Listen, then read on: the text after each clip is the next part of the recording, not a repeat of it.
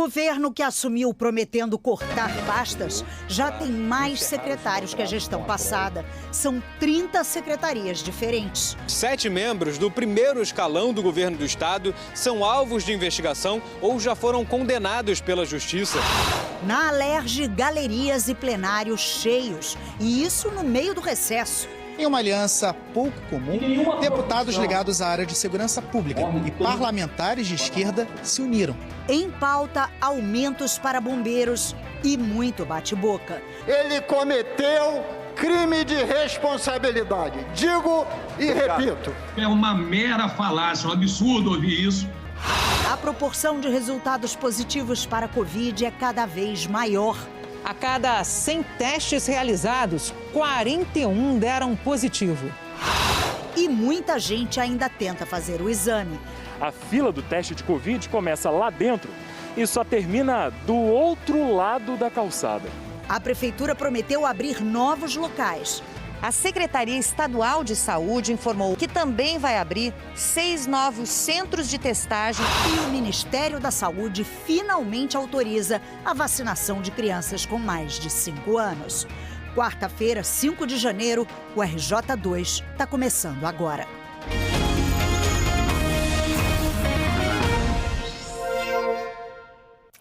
Olá, boa noite. O número de secretários do governo do estado aumentou em quase 40% nos últimos 3 anos. O compromisso era justamente o contrário, enxugar a máquina. E um levantamento do RJ2 mostra que pelo menos 7 integrantes do primeiro escalão do governo são investigados ou já foram condenados por diversos crimes. O 32º secretário de Estado foi anunciado na semana passada. Gelbi Justo, ex-assessor do então deputado Rafael Pisciani, assumiu a Secretaria de Ações Comunitárias, uma pasta criada pelo governador Cláudio Castro para acomodar um aliado da família Pisciani, o que contradiz o discurso de campanha de enxugar as secretarias. Era o que dizia o programa de governo dele e do cabeça de chapa Wilson Witzel. A promessa não foi cumprida. Até tomarem posse em 2019, eram 23 secretários. O número já é quase 40% maior. E um levantamento do RJ2 mostra que 7 membros do primeiro escalão do governo do estado são alvos de investigação ou já foram condenados pela justiça. Respondem, por exemplo, a processos de corrupção, dano ao erário público e improbidade administrativa. Um deles que já foi condenado é André Moura, o secretário extraordinário em Brasília. Ele respondeu por crimes como peculato e associação criminosa. Ex-líder na Câmara dos Deputados do governo Michel Temer, foi condenado por desvios na prefeitura de Pirambu, em Sergipe. A pena foi fixada em 8 anos e 3 meses em regime fechado, além da perda de função pública por 5 anos, mas ele ainda pode recorrer. Jimmy Pereira é o presidente da Fundação Leão 13 e também foi condenado na Justiça Federal. Ele nem sequer recorreu. O ex-vereador presidiu o Partido Renovador Trabalhista Brasileiro, o PRTB. De 2008 a 2011, o partido não prestou contas do que recebeu e gastou. O Ministério Público Federal ganhou a causa ao alegar que os partidos precisam demonstrar as fontes de financiamento, já que ostentam natureza de recurso público e que os gastos devem ser feitos com sobriedade e parcimônia.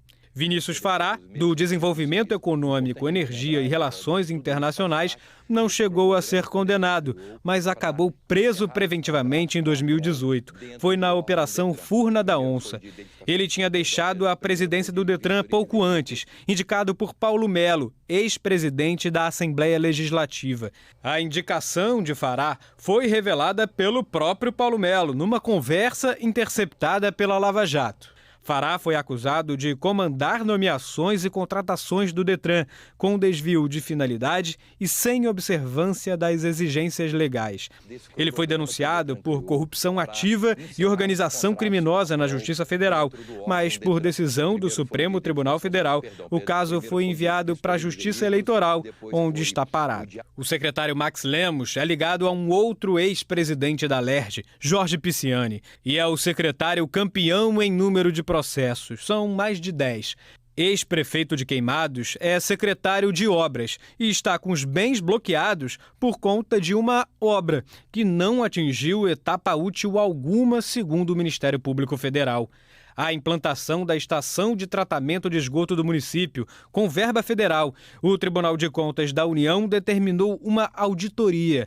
A inspeção mostrou que a estação não estava recebendo esgoto das casas e estava despejando esgoto em um rio. A Justiça concluiu que há fortes indícios da prática de improbidade e, por isso, manteve mais de 3 milhões de reais de Max Lemos bloqueados. Os bens dele também foram bloqueados em outro processo, pela contratação de uma empresa de troca de peças de caminhões pesados. Segundo o Tribunal de Contas, R$ 122 mil foram gastos a mais do que o previsto na licitação. Em outra ação, ele é suspeito de prorrogar contratos temporários de servidores de Queimados em 2016, mesmo tendo concurso público válido, com candidatos aprovados. E, em outra, é investigado por usar o site da Prefeitura de Queimados para promoção pessoal. Léo Vieira foi vereador, deputado estadual e secretário de Trabalho. Em setembro, assumiu a Secretaria de Defesa do Consumidor. Ele é processado pelo período em que foi parlamentar pelo município de São João de Meriti, na Baixada Fluminense. O atual secretário e outras autoridades receberam diárias para participar de um curso de capacitação que, segundo o Ministério Público, não aconteceu. A investigação passou pelo Tribunal de Contas do Estado e, segundo o TCE, as despesas da viagem não foram comprovadas. Os investigadores dizem que a viagem custou caro, gerando prejuízo e enriquecendo os agentes públicos contra os princípios da administração pública, honestidade e moralidade. O curso foi contratado sem licitação, não houve pesquisa de preço e a empresa Instituto Capacitar não juntou qualquer prova de especialização, de acordo com os investigadores. Quem zela hoje pelas contas do Estado é Jurandir Lemos Filho. Ele é o controlador-geral do Estado, o responsável por ficar de olho no cofre. Ele ocupava esse mesmo cargo em 2011, só que na Prefeitura de Búzios, região dos Lagos, quando a contratação de uma empresa pelo município, sem licitação, parou na Justiça. E ele virou réu. Para o Ministério Público, a contratação foi irregular. Na decisão que aceitou a denúncia, o juiz citou amadorismo e clara má-fé de todos os envolvidos. O caso tramita na Justiça do Rio há quase 10 anos. Gustavo Reis Ferreira, o Gustavo Tutuca, responde a um processo pela época em que foi secretário de Ciência e Tecnologia. Hoje ele é o responsável pelo turismo. Segundo o Ministério Público, foi denunciado por omissão dolosa, por não responder aos questionamentos dos procuradores em uma investigação sobre possível acumulação indevida de um servidor da Faetec. O governo do estado afirmou que a gestão eficiente dos últimos meses permitiu ampliar a atuação da administração pública sem aumento de despesas. Que pela primeira vez em 5 anos a lei orçamentária não apresenta déficit e que os salários dos servidores chegaram a ser antecipados e estão passando por recomposição. O controlador-geral do Estado, Jurandir Lemos, disse que comprovou sua inocência no Tribunal de Contas e que o processo foi arquivado. Léo Vieira afirmou que o processo referente a São João de Meriti foi esclarecido junto à Prefeitura. Vinícius Fará disse que, por falta de elementos contra ele, o Supremo Tribunal Federal determinou o encerramento do processo. Max Lemos declarou que não foi condenado em nenhum processo. Gustavo Tutuca disse que ainda não recebeu qualquer notificação judicial. Jimmy Pereira afirmou que pode ser nomeado para qualquer cargo público porque sua sentença já expirou. E André Moura disse que as ações contra ele ainda estão tramitando no Supremo Tribunal Federal. O presidente da Alerj, André Siciliano, e o governador Cláudio Castro travaram mais uma queda de braço. Hoje, o governo venceu. A Assembleia manteve o veto do Executivo num projeto de lei que mexia com o salário dos militares. Uma cena rara. No meio do recesso, em janeiro, o plenário da Alerj ficou lotado de parlamentares e de manifestantes. 6 deputados que são secretários pediram exoneração e voltaram para votar a favor do governo. A convocação ocorreu na segunda, depois de uma decisão tomada pelo governador no apagar das luzes de 2021. No último dia útil do ano, Cláudio Castro sancionou um projeto de lei do próprio governo que estabelece regras de pagamentos e promoções de policiais militares e bombeiros. Mas Castro vetou 4 artigos. Entre os vetos estão a previsão de que o soldo, ou seja, a remuneração básica dos policiais e bombeiros, deveria ser corrigido anualmente pela inflação, e o de que uma gratificação especial para praças subiria em 150% até o ano que vem. No mesmo dia dos vetos, o governador publicou um decreto autorizando esse reajuste, mas escalonando o aumento até 2026. O governo justificou que, ao final de 5 anos, os militares teriam um aumento real de 22% e que essa medida seria para não haver um impacto financeiro nas contas públicas. O deputado Luiz Paulo, do Cidadania, entrou na Justiça alegando que o decreto é inconstitucional. E um governador do Brasil pode dar aumento, qualquer aumento, por decreto, só por lei. E quem o diz é a Constituição Federal. É um decreto meramente político. E se ele vier a pagar o servidor militar, função desse decreto, aí ele estará cometendo crime de responsabilidade. O argumento foi rebatido pelo deputado Rodrigo Bacelar, que é secretário do governo Castro. Se a gente analisar o decreto que tanto se discute, que pode incorrer em crime de responsabilidade o governador, que é uma mera falácia, um absurdo ouvir isso. Pasmem, deputado Luiz Paulo, isso vem há quase 30 anos, tá? Autorizado por ninguém menos, ninguém mais que Marcelo Alencar e Vossa Excelência, que era o vice-governador do Estado. Em uma aliança pouco comum, deputados ligados à área de segurança pública e parlamentares de esquerda se uniram. Mas isso não foi suficiente para mudar a decisão do governador. O veto está mantido. 67 deputados votaram, 43 pela manutenção e 24 pela derrubada do veto. Esse não é o primeiro desgaste entre a Alerj e o governador. No ano passado, o presidente André Siciliano, do PT, apresentou um projeto para impedir o leilão da SEDAI. A Assembleia aprovou também o projeto que criava o programa Super RJ e questionou a demora na regulamentação por parte do governador. Durante a fala do líder do governo, o deputado Márcio Pacheco, do PSC, representantes de policiais e bombeiros viraram de costas e vaiaram o parlamentar. Após o resultado, ele disse que o governo enviará um novo projeto de lei para garantir o que consta no decreto, que é a gratificação para os praças parcelada até 2026. O governador quer, entendendo a importância, dar os 150%, vai enviar uma mensagem para casa para que isso seja debatido, o aumento será concedido. Na verdade, o que está no decreto é dar os 150% e agora o que nós estamos fazendo é estabelecer em que número e as porcentagens que podem ser dadas. Eu espero que vote ainda esse ano. Mas o presidente da Assembleia disse que não vai votar nenhum novo projeto sobre o tema. Essa mensagem não será nem publicada, porque isso está acordado com o plenário. Eu abri hoje a sessão e acordei isso. Eu não trarei ao plenário nada mais sobre esse tema. Então tem consequências. André Siciliano disse que se o governador conceder o pagamento via decreto, pode ser fiscalizado pela Alerj. A consequência pode ser um processo de impeachment? Não sei, os parlamentares aqui são livres para apresentar projetos, para apresentar denúncias ou mesmo impeachment. Então, sem problema, vida que segue. Mais de 40% dos testes para Covid na cidade do Rio tiveram resultado positivo essa semana. E pelas características do material coletado, a maior parte das amostras já é da variante Ômicron. A taxa de positividade dos testes de Covid segue em franca ascensão. Em 3 dias, deram um salto em relação à penúltima semana de dezembro. No acumulado da semana, já são 41% de testes positivos. Ou seja, de cada 100, 41 deram positivo. Segundo o secretário municipal de saúde do Rio, Daniel Sorães, pelas características dos exames, já é possível dizer que se tratam de casos de Ômicron.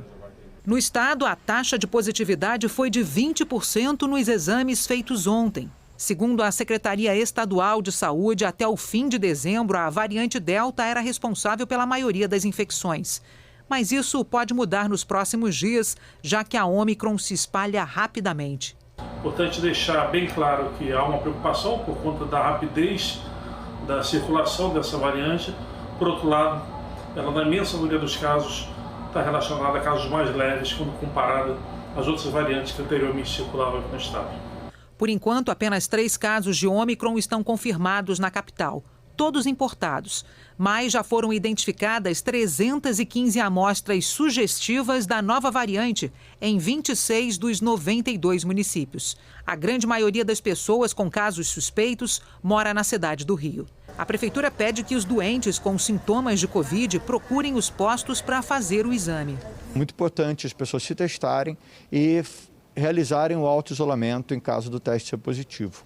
Então, com o teste positivo, é importante ficar isolado por pelo menos 7 dias e utilizar máscara durante todo esse período.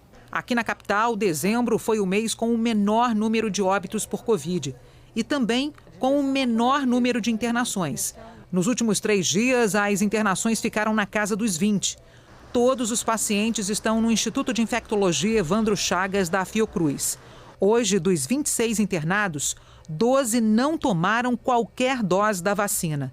6 apenas a primeira dose, outros 6 receberam as 2 doses e só 2 têm a dose de reforço. 20 pacientes estão na UTI, entre eles os 12 que não se vacinaram. Para a Secretaria de Saúde da capital, a vacina é o que realmente protege contra os casos graves de Covid.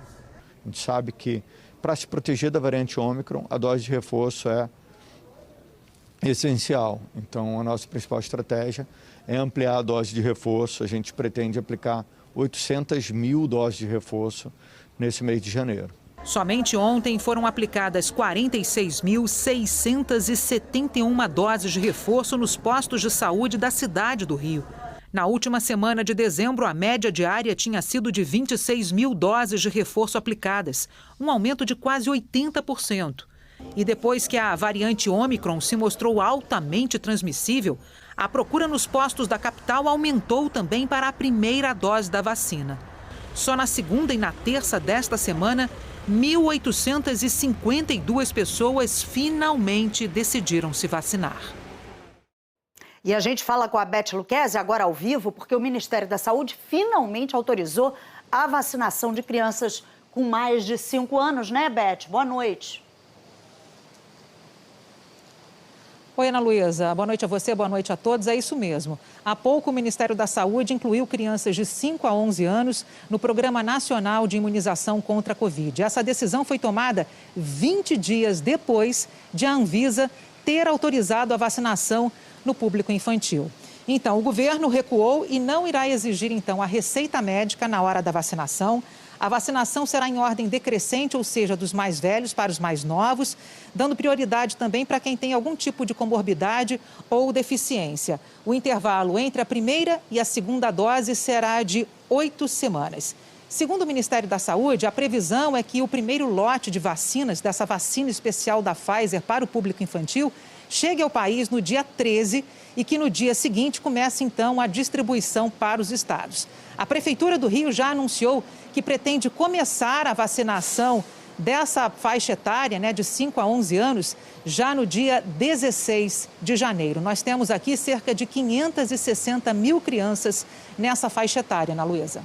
Ô, Beth, agora falando de carnaval, a gente mostrou aqui no RJ2 que o carnaval de rua está cancelado na cidade do Rio.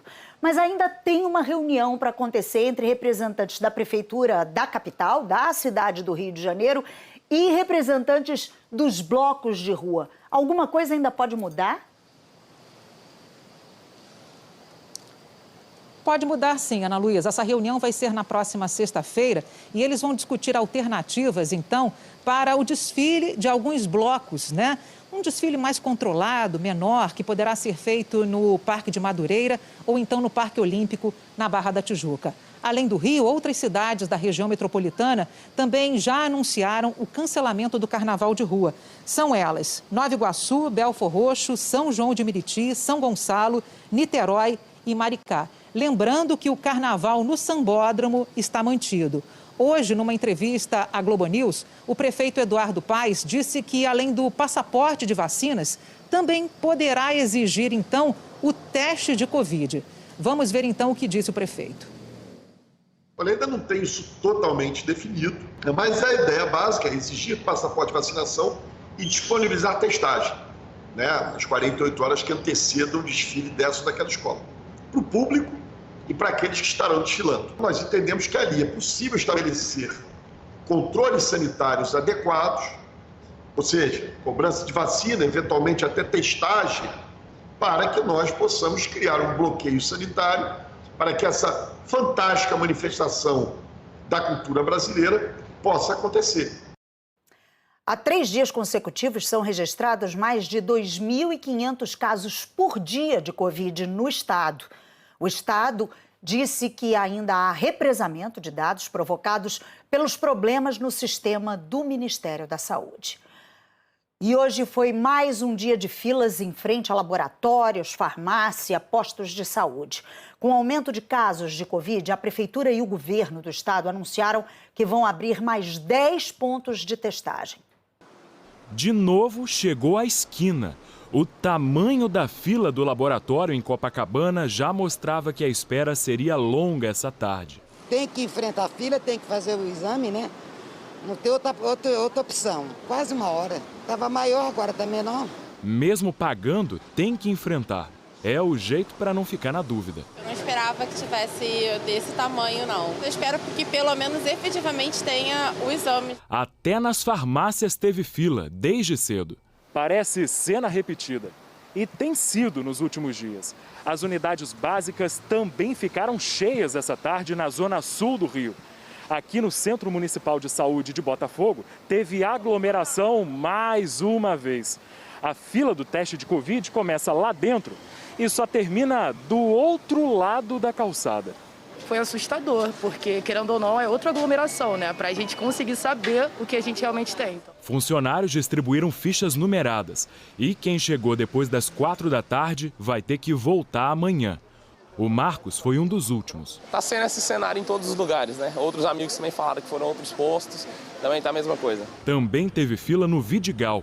Os funcionários do posto dizem que dos 70 atendimentos feitos ontem, 39 deram positivo. No Catete foi mais uma tarde difícil. Teve até quem trouxe cadeira de casa para aliviar o cansaço da espera. A gente chegou nesse posto bem mais cedo, estava numa espera de 2 horas. A gente resolveu procurar, a gente foi lá na Gamboa, no posto da Gamboa, não estava atendendo. No Rocha Maia também não está atendendo. Desmarquei tudo que eu tinha, não fui trabalhar, estou aqui na cadeirinha esperando para ver o que vai dar. Perto das 5 da tarde, a fila tinha mais de 70 pessoas. Qualquer pessoa que vier vai pegar a fila, você vê que a fila está lá embaixo. Fazer um teste de Covid está parecendo tarefa de gincana na cidade do Rio. E na Zona Oeste não é diferente. A gente vai fazer teste, estamos procurando nas farmácias para fazer teste, é difícil, que tem que agendar. Aí para agendar o pessoal não atende o telefone. Até profissionais da saúde da linha de frente com sintomas estão com dificuldade para testar. O problema da minha profissão é que eu preciso ter um resultado mais rápido, né? Então eu procurei aqui porque tem um teste que eles fazem que sai em 15 minutos. Só que eu já estou 2 horas na fila. Neste drive-thru de um laboratório particular, onde os resultados positivos chegaram a zerar no começo de dezembro, agora a procura tem aumentado a cada dia depois das festas. E as confirmações de diagnóstico também. A testagem estava sendo em torno de 40, 50 testagens por dia, né? Quando iniciou as festas, esse número de testagem aumentou. A gente está atendendo por dia em torno de 300, 400 testes, muitos positivos. No Parque Olímpico foi mais um dia de fila no principal ponto de testagem gratuita da Prefeitura. O Alberto e a Fabiana contam que vieram ontem para se vacinar, mas foram embora depois do que viram. Quando cheguei aqui com uma fila imensa, né? Eram, na verdade, 2 filas. Uma era de pessoas para a imunização da 3ª dose e a outra fila eram pessoas com sintomas de Covid. Eram sintomáticos respiratórios. A gente ficava do lado, as pessoas para se imunizar, ao lado das pessoas com sintomas respiratórios. E tinham pessoas tossindo, pessoas espirrando. A Prefeitura informou que vai abrir mais 4 pontos de testagem com capacidade para 300 exames por dia até semana que vem. Por hora, outros pontos de testagem no município estão montados nas vilas olímpicas do Complexo do Alemão e de Honório Gurgel, nas policlínicas de Bangu e Del Castilho e na unidade ambulatorial Almir Dulton, em Campo Grande. A Secretaria Estadual de Saúde informou hoje à tarde que também vai abrir 6 novos centros de testagem aqui na capital a partir de sexta-feira, além das 17 UPAs estaduais que também estão prestando serviço na cidade. Serão estruturas anexas a unidades de pronto atendimento de Bangu, Campo Grande e Jacarepaguá, na Zona Oeste, e na Tijuca, Penha e Marechal Hermes, na Zona Norte. Esses locais serão voltados para quem tiver sintomas leves ou contato com pacientes que testaram positivo há pelo menos 4 dias. Já as UPAs estaduais e as emergências hospitalares prestam atendimento para casos moderados e graves da doença, como febre acima de 37,5 e dificuldades respiratórias. A Secretaria Municipal de Saúde do Rio diz que o Parque Olímpico está com um movimento elevado nessa semana por funcionar também como centro de atendimento a pacientes com síndrome gripal e que as pessoas que forem se vacinar podem procurar unidades de saúde mais vazias, como a Clínica da Família da Avenida Salvador Allende. Vamos para o intervalo e na volta tem a previsão do tempo para os próximos dias com previsão de temporal, viu? Agora 7h38.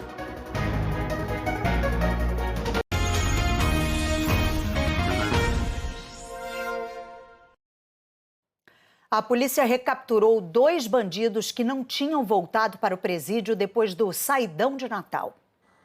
Dos 522 presos que aproveitaram o benefício para não voltar à cadeia, 2 foram localizados.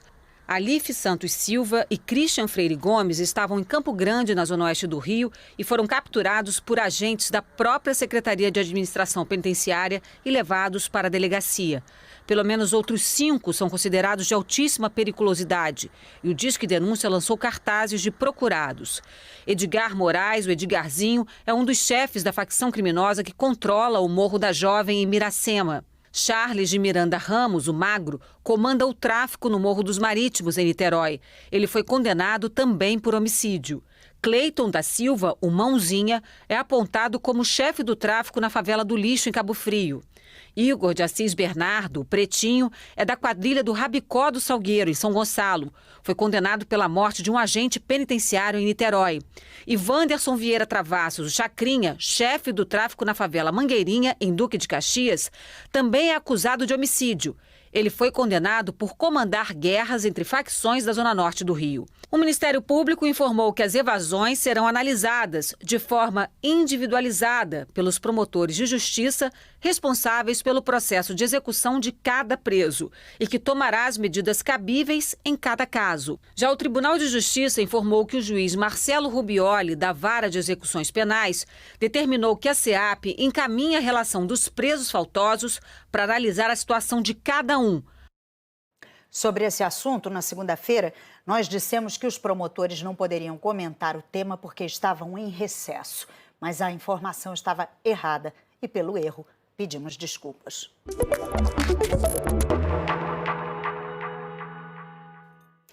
Priscila aqui comigo. Priscila, boa noite para você. Tem alerta de temporal, é? Tem. Boa noite, Ana Luísa. Boa noite, gente. Já teve chuva hoje, algumas pessoas já viram a chuva. Vamos dar uma olhadinha no radar meteorológico para a gente saber onde está chovendo nesse momento.